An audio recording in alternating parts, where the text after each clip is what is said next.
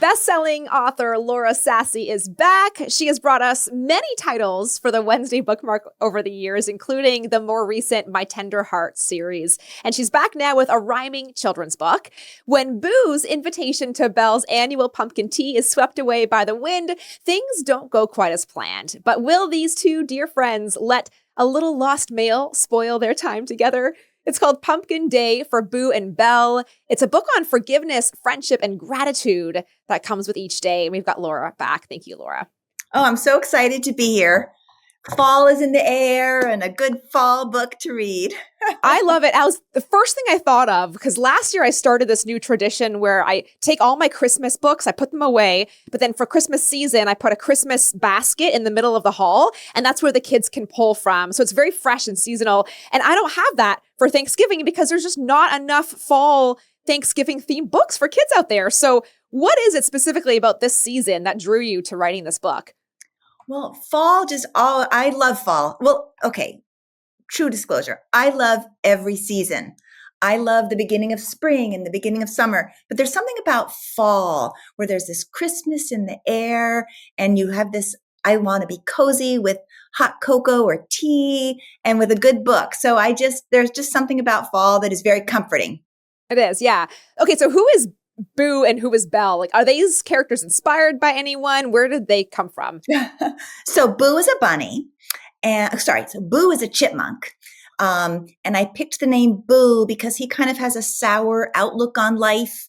And Belle is a bunny who has a very positive, bright outlook. So that's how I came up with their names, Boo and Belle. So they're not really inspired by anyone in particular, but I suppose you could say that they're, I can see bits of my children in each of them. I would say that my daughter is more of the Belle and my son is more of the Boo. Yeah. Well, I mean, even thinking of my son who's in grade 1 this year and trying to make new friends, and some of the old friends are not in his class. And I do think that there's a real underlying important value in friendship in this book. Obviously, forgiveness. Do you want to just talk about the value of forgiveness in friendships? Oh, yes. Well, this book and this part is inspired by seeing my children's interactions and thinking about my own interactions with friends over the years. And friendship is so important, but no friendship is perfect. And feelings, no matter how hard you try, feelings get hurt and there are misunderstandings. And the question is, how are you going to handle that?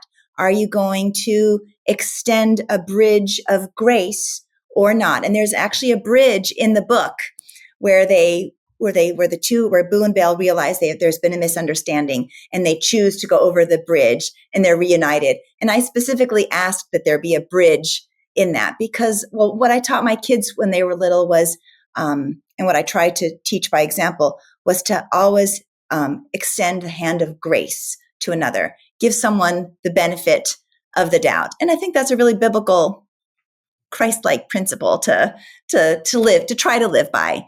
And we talked about that as extending the hand of grace. Yeah. It's good because that we are quick to assume the worst and in people sometimes too. And you even get that feeling right off the bat. They're kind of blaming each other. They're questioning like, what happened here? Where's my friend? I thought we were friends. What happened to that invitation? Yeah. Well, going back to their kind of the characters and the roots of these characters, Belle, I love it. She woke up cheerful. She woke up with gratitude, even though it was raining. And even that was drawing me in, just that part about her character. But then how real is it that the circumstances, usually the ones we can't control, steal that from us? Can you talk about that disappointment and just the attitude shift and perspective choice that we have to make? Oh my goodness. Yes. I mean, every morning, and don't you remember this? Sometimes when you were little, maybe your mom said to you, boy, you got up on the wrong side of the bed. It's that same idea that, we have a choice in the morning, how we're going to step into the day. And this is not a part of the book, but for me, like just stepping into the day by starting with a quiet time and lifting a prayer to God and seeing the day through his lens helps me to be more like a Belle than a Boo. And that, yes, we do have that choice how we're going to step into the day. But then, yes, all day long, things are going to be trying to take that away from us, as happens to Belle in the story. Mm-hmm. Her frosting goes limp, her tea party, she thinks it's a flop because Boo hasn't come. Spoiler alert. Yeah. And then we find out, and I probably wouldn't give the ending here because I was surprised by it. Okay. But all that to say, when you do choose to have that attitude, it actually sometimes works out for the better in the end, doesn't it? Absolutely. Mm-hmm. When you choose to embrace the day and whatever it brings, I think God is able to, well, amazing things might just happen. I love it. Okay, so this is supposed to be a season of thankfulness. Often it is filled with stress. What's your message to families here? Oh, give thanks in each day. Just try to remember to look for the blessings in the day. And so this really is at heart a story of being thankful. Yep. Now, And you know what? I also picked the pumpkin patch because I wanted a story that was fall without and had all those vibes and had Thanksgiving, but wasn't Halloween, but could be part of that whole pumpkin fun in the fall. So I love it. leading right up to the pumpkin pie. There's no pumpkin pie in the story, but pumpkin pie did inspire me because that's my favorite dessert from when I was a child. I should have asked the illustrator to put some pumpkin pie in here, but I don't know. Can you eat pumpkin pie when you live in a pumpkin house? I'm not sure. They just eat the walls. Eat the walls. That's right. I love it too. You have this beautiful map at the beginning that shows the whole little pumpkin patch village. It's very cute. It really puts it into perspective too. You've built a whole world here. I feel like there could be a lot more in this world. So I don't know if that's to come. Oh, I hope you're right, Care. There could be a lot more in the world. I've thought about that. We'll just have to wait and see. But I do have to say that I've done a number of not school events because school's just starting here, but a number of church events and a library event. And kids really like that map. They really like taking their finger and following along. And there's so many things to look for and questions you could ask about what might happen in the story just by looking at the map. Yeah, context helps all of us, I feel like, and kids are visual learners oftentimes too. Yeah. Okay, so since it is that time of year, let's kind of wrap up the interview with a little bit of a this or that. Can we do this? Okay. Because I love this time of year for that. Well, we already found out that pumpkin pie is your favorite, but what about drinks? Are you pumpkin spice latte or are you an apple cider person? Apple cider all the way. In fact, I just had a glass earlier before the interview. Okay. Coffee or tea then? Tea. Now, this book is full of the tea party, right? So Yes. Is there some of your favorites kind of in there? And what is your favorite tea? Well, interestingly, so I like my tea. I'm kind of snobby. I like loose tea and then I steep it for 3 minutes and I have a little infuser and I order it. I order my tea. Actually, my dad now orders it. He can get free shipping if he spends $75. So I have like a lifetime supply of tea.